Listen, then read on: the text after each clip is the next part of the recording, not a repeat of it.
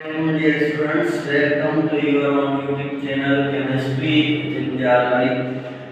तो हमने chemical bonding को इससे पहले लेक्चर में इंट्रोड्यूस किया था कि भाई एटम फॉर्म केमिकल बॉन्ड्स या उसका रिलेशन क्या है। अभी उसके बाद हम आज जो सेकंड लेक्चर में टाइप्स पढ़ रहे हैं केमिकल बॉन्डिंग के डिफरेंट टाइप्स, जिसमें हम आज जिस टॉपिक को पढ़ेंगे वो है आयोनिक बॉन्ड। तो आयोनिक बॉन्ड इंट्रोड्यूस करवाया सर डब्ल्यू ओसेल ने 1916 में। तो ionic bond was introduce by sir W Kossel in 1916 और इसकी डेफिनेशन होती है कि it is a type of chemical bond which form by complete transfer of electron from one atom to other atom. ऐसा bond जिसमें electron completely transfer हो जाए एक एटम से दूसरे एटम की तरफ, तो उस बॉन्ड को हम आयोनिक बॉन्ड बोलते हैं। तो आयोनिक बॉन्ड हमेशा कंप्लीट ट्रांसफर होता है इलेक्ट्रॉन्स का।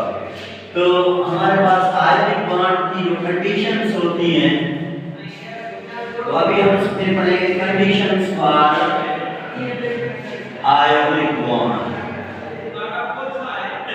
तो मैं आपको एक सिंपल ट्रिक बता देता हूं जिसमें मैं अगर आपको यहां पे कंडीशंस बताऊंगा, ये कंडीशंस बताने के बाद आप ये समझ जाएंगे कि यहां आयोनिक बॉन्ड की फॉर्मेशन हो सकती है या नहीं हो सकती। तो पहली कंडीशन जो है वो ये है कि जो आयोनिक बॉन्ड है कि आपके पास जो आयोनिक बॉन्ड होता है it always formed between dissimilar atoms। तो आयोनिक बॉन्ड हमेशा डिसिमिलर एटम के दरमियान बनेगा, ये कभी डिसिमिलर एटम के दरमियान नहीं बनेगा। लेकिन इसके लिए भी कंडीशन है कि डिसिमिलर एटम जो है उनमें एक मेटल हो और दूसरा नॉन मेटल हो। तो आयोनिक बॉन्ड बनने के लिए हमारे पास डिसिमिलर एटम होने चाहिए जिसमें एक मेटल और दूसरा नॉन मेटल। और उसके बाद दूसरी कंडीशन जो है कि इन आयोनिक बॉन्ड में those atoms loose electron. Ionic bond की फॉर्मेशन के दौरान वही एटम इलेक्ट्रॉन लूज करेंगे जिनके लास्ट शेल में यहां तो एक इलेक्ट्रॉन हो, दो इलेक्ट्रॉन हो या तीन इलेक्ट्रॉन हो। तो ऐसी बात है आयोनिक बॉन्ड जब बनेगा तो कंप्लीट ट्रांसफर ऑफ इलेक्ट्रॉन से बनेगा। इसमें एक एटम इलेक्ट्रॉन लॉस करेगा और दूसरा गेन करेगा। अभी लॉस वो ही करेंगे जिनके लास्ट शेल में एक, दो और तीन इलेक्ट्रॉन होते हैं। और इसी तरह गेन इलेक्ट्रॉन आयोनिक बॉन्ड की फॉर्मेशन के दौरान गेन इलेक्ट्रॉन वो ही एटम करेंगे जिनके लास्ट शेल में 5 इलेक्ट्रॉन, 6 इलेक्ट्रॉन या 7 इलेक्ट्रॉन। और उसके बाद फोर्थ कंडीशन जो है कि जब भी आयोनिक बॉन्ड बनेगा तो आयोनिक बॉन्ड बनने के लिए फोर्थ कंडीशन ये होती है कि electronegativity difference between two atom, electronegativity difference between two atom must be greater than 1.7। और फाइनल कंडीशन हम ये भी पढ़ेंगे कि जो एटम आयोनिक बॉन्ड के दौरान जो भी एटम इलेक्ट्रॉन लूज करेंगे तो उनकी आयोनाइजेशन एनर्जी, इलेक्ट्रोनेगेटिविटी और इलेक्ट्रॉन अफिनिटी वैल्यूज लो होनी चाहिए। और जो गेन करेंगे उनकी ionization energy, electronegativity, electron affinity value high होनी चाहिए। तो these are condition for the formation of ionic bond. Ionic bond हमेशा डिसिमिलर एटम में बनेगा, कभी डिसिमिलर में नहीं बनता। उसमें एक मेटल होना चाहिए और दूसरा नॉन मेटल। इलेक्ट्रॉन लॉस करेंगे तो उनकी लास्ट शेल में 1, 2 या 3 इलेक्ट्रॉन होंगे, और जो गेन करेंगे तो उनके लास्ट शेल में 5, 6 या 7 इलेक्ट्रॉन होंगे। और आयोनिक बॉन्ड तब बनेगा जब दो एटम्स के दरमियान इलेक्ट्रोनेगेटिविटी डिफरेंस 1 पॉइंट से ज्यादा हो। और आयोनिक बॉन्ड के दौरान जो एटम इलेक्ट्रॉन लॉस करेंगे उसके लिए जरूरी है कि उनकी आयनाइजेशन एनर्जी, इलेक्ट्रोनेगेटिविटी और इलेक्ट्रॉन एफिनिटी वैल्यूज लो होनी चाहिए, और जो गेन करेंगे उनकी आयनाइजेशन एनर्जी, इलेक्ट्रोनेगेटिविटी और इलेक्ट्रॉन एफिनिटी वैल्यू हाई होनी चाहिए। तो ये कंडीशन है for the formation of ionic bond. Example देखेंगे कि आयोनिक बॉन्ड के जो एग्जांपल है हमारे पास वो क्या होती है कि किन में आयोनिक बॉन्ड बनेगा, या उसकी हम कुछ एग्जांपल्स को सॉल्व करते हैं। तो अभी हमारे पास है एग्जांपल्स ऑफ आयोनिक बॉन्ड। तो आयोनिक बॉन्ड की जो एग्जांपल्स है, जैसे मैंने यहाँ पे एक कंपाउंड लिख दिया NaCl, सोडियम क्लोराइड। अभी हमें ये देखना है कि यहाँ पे जो सोडियम है और क्लोरीन है इनके दरमियान कौन सा बॉन्ड बन रहा है, और यहाँ पे आयोनिक बॉन्ड है या दूसरा बॉन्ड है। तो इसके लिए हम पहले सोडियम एटम को भी देखेंगे और क्लोरीन को भी। तो आपको सोडियम का एटॉमिक नंबर 11 है, आप इसकी कॉन्फ़िगरेशन करेंगे तो हो जाएगी 1s2 2s2 2p6 और 3s1। उसके बाद हमारे पास जो दूसरा आइटम है दैट इज क्लोरीन, और क्लोरीन का एटॉमिक नंबर है 17। तो 1s2 2s2 2p6 3s2, और इसी तरह हमारे पास हो जाएगा 4p 3p5।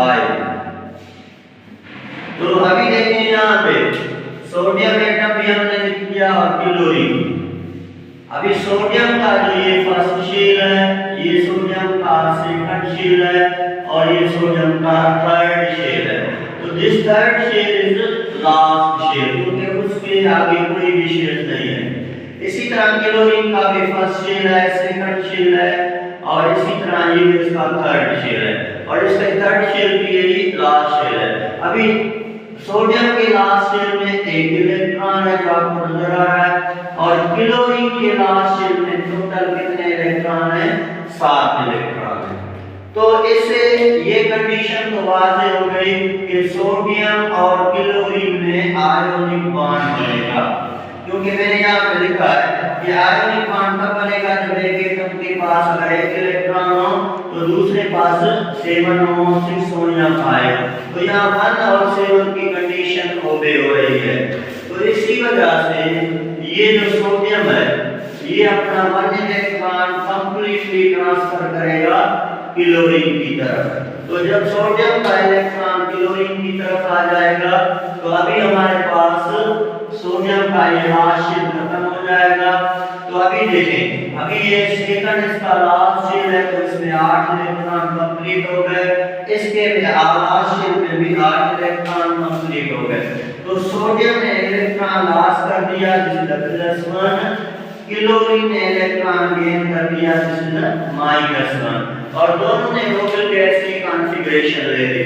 तो अभी क्या होगा कि यहाँ पे पॉजिटिव चार्ज है, यहाँ पे नेगेटिव चार्ज है। तो पॉजिटिव और नेगेटिव चार्ज के बीच में एक अट्रैक्टिव फोर्स क्रिएट होता है, that is called electrostatic force. तो जब इनमें इलेक्ट्रोस्टैटिक फोर्स क्रिएट होगा तो ये पॉजिटिव आयन और नेगेटिव आयन एक दूसरे से कंबाइन हो जाएंगे, और इसी तरह NaCl जो है कंपाउंड बन जाएगा।